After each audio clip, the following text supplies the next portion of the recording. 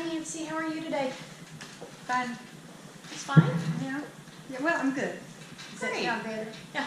Okay. It is. Well, I could say great, but I wouldn't be telling the truth. I'd just be saying it for you. So I'm very good, thank you. Grace. Sometimes good is all we can have on a day.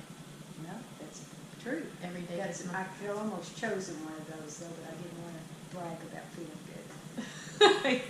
Yeah, that's what comes to my mind. Never bad to brag about feeling good. That's a good idea. That's a good idea. It is how you feel. So last time we talked about feelings also. Do you want to continue down that thought, or would you rather share something else? I thought that's what I'd be talking about. But, this is Easter and our Easter weekend, and that means family, doesn't it? Yes. And you know what that means. And that means things happen. Oh yeah. I guess this really goes back to a couple of weekends ago, but it sort of made me have questions about my own future. And I have an old friend named Grandma Mary, we call her, and she's about 84 years old, and she has stayed with me quite often. And I just as soon bum around with her as anybody my age, even if she's old. But I can tell how far she's slipping in between the last time I saw her, this time I saw her. She's not my relative by blood, and yet you know how that goes. Sometimes people that are your friends are just about as close as blood can, because they choose not to be close. Correct. Which is another story that I might ask you about later too. But I think I was mean to her. I had thought about it when I've had her before, about she's real good to me. In fact, she always wants to give me some money when she's staying there to take care of stuff. And, she'll walk in and out, not just once, but 100 times a day. Is there anything I can do for you? And, that, in other words, I'm getting tired. And I know that I had wanted her to live with me, and she sort of chose not to. And I'm very glad that she chose not to. Plus, I had a daughter that suggested that I not do that. But when she repeats herself over and over and over, in the car especially, because, you have a, what do you call that, audience that you can't get away from. But, she reads every sign to me. And my mama used to do that, but that's all my mama did. My mama didn't do any of this other stuff I'm going to talk about. But she, you hear the same stories over and over, the same, more than stories, comments. And some of them have to do with her faith. She's a big believer. But, and I know we're not going to get into that, except for the fact that because of my faith, I want to know how to treat her right. I want to know, and why do I want to know that? Well, because with being with family, I know I'm approaching that kind of age. And I know that I've got some very opinionated, and I've got some very lovely kids, but I don't want to be you call it an inkblot. I don't want to even say the word trauma, but I want to know what I'm going to be like and what to expect from my kids by me trying to be like to Mary. And if I say, Mary, you've told me that before, that doesn't sound very good. If I act like, which I did this time, I just didn't going to mention it and listen to her, but she says, are you listening? She doesn't think I'm listening to her. Do you have any kind of help on it? Okay. I just wanted to see what if you had some insight about it, since you're the one that's got some training. Well, first of all, I want to apologize. I had to take care of a dog issue that won't happen again. Okay. But let's go just to your thoughts about what your kids would think, or how your kids would handle this. So first I want you to think about, how were you as a mom of a toddler that asked the questions over and over and over again?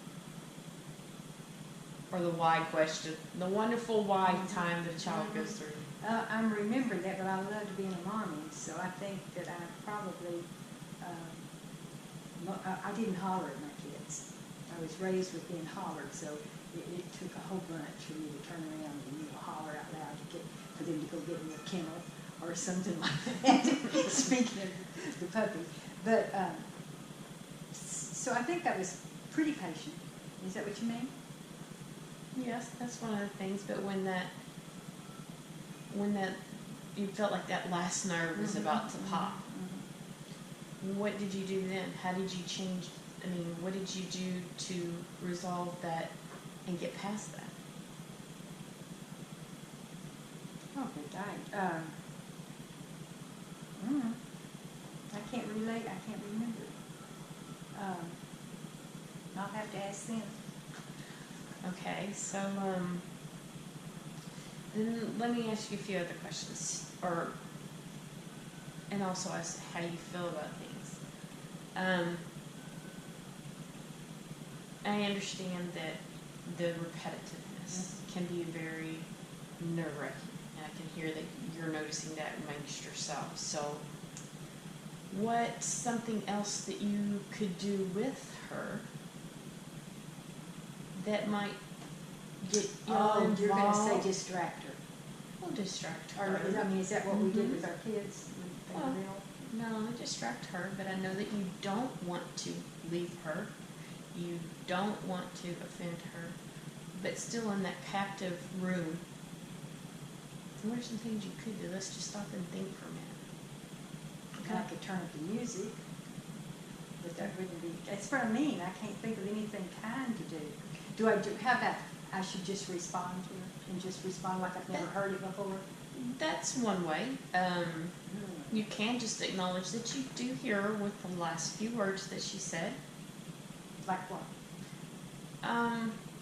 If you're driving and she's going on and you're halfway checked out, but you're still present with her in mind, the last 3 words she said, the last 2 words she said, yes, I am, yes, Nancy, I did hear you say that when you asked, what would I do, what do you think I should do?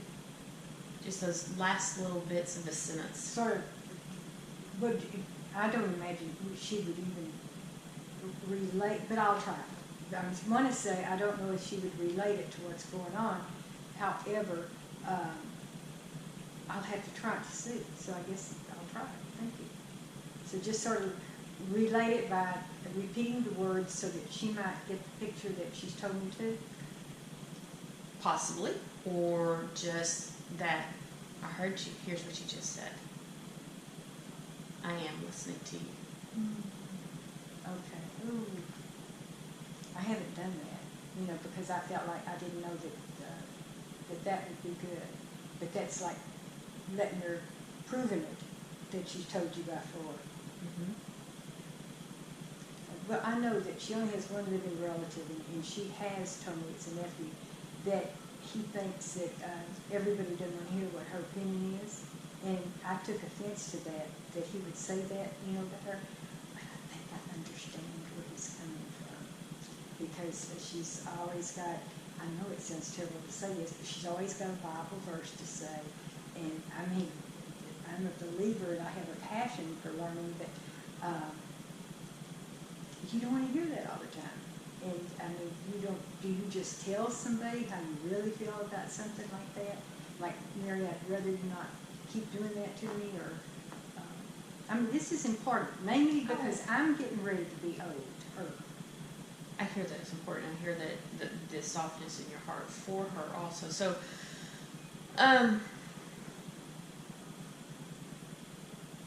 think about yourself when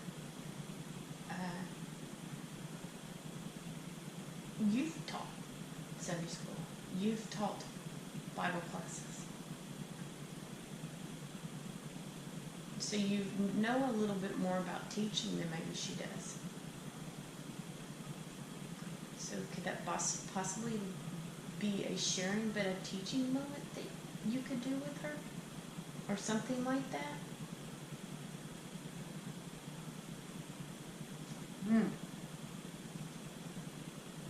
Well, when you say it like that, I suppose that would be handled the same way you just told me to handle the other one. That I could use the scripture that she has just said and put it in some, like you said, the last 3 words, but the idea of it, and either come back with another Bible verse as a conversation instead of me feel like she's preaching. If it was anybody else, if it was somebody your age, or if it was one of your children that kept reading back scripture to you instead of, let's say, really discussing the matter that's on the table, how would you handle that differently?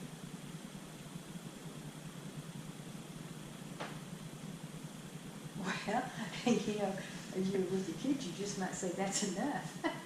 I mean, what are you getting at, or are you trying to give me you're smiling, does that mean that I would tell her that that's enough, I don't want to hear anymore? Could you think of some better words to say, maybe? That could help her grow and help her with her last surviving relative. In other words, turning on and thinking about her and how I could help her instead of that I'm just tired of. And I mean, how do you say that you're tired of somebody telling you a scripture? That just sort of sounds bad. What could I do? I think that's an answer. It is just like you said a while ago about distracting, is to take those words and start a discussion with her. And then that way, she wouldn't be telling me the other stories over and over again. That's great. That's a great idea. Okay. And maybe not when you're frustrated, maybe in a moment that you can sit down and have tea or coffee with her.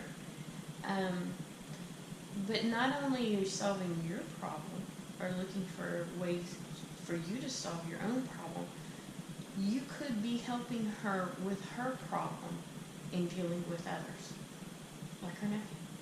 Because I heard you say, he says nobody wants to hear your opinion. Yeah. And I can tell that she values her friendship with you, so she's going to value friendship and relationships. Mm-hmm. So look at it that way. Okay. The other thing on her is the fact that she feels sorry for herself. But I mean, is that a natural part of getting older? She tells me, when something doesn't, when she's uncomfortable in a situation, she'll say, well, I didn't have a mother the past 10 years old. I don't really know how to do that kind of stuff. And the fleshy part of me wants to say, well, I had a mother, but my mother never had time for me, so what's the difference, Mary? We both do what we have to do. And I mean, see what I'm saying? I don't know if that ping pong stuff with somebody that's 84 years old is good. And then again, I'm going to push it in there. I don't know with myself, I don't want to put that kind of stuff off on my kids, if I'm even allowed to be around them. Okay.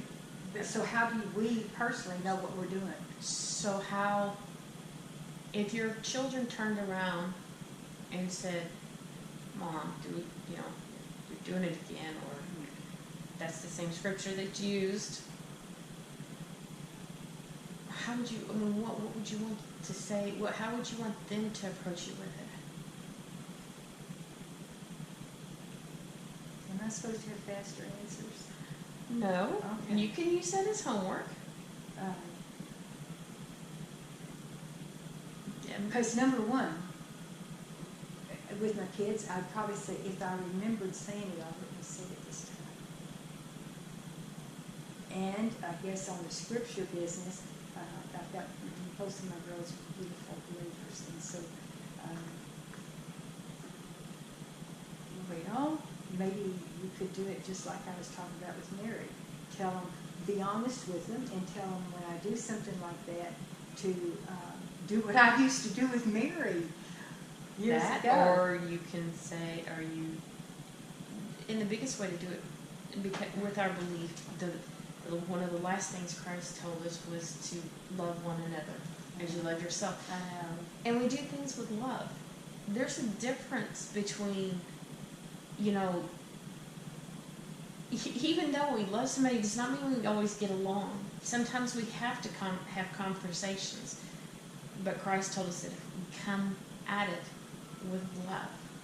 Those are words, and yes, I'm sorry, I didn't mean it that way against you, those are just words, you know, no, I don't mean that those are just words, I know that's what he said, but it's not that simple, is it? Nobody never promised us something.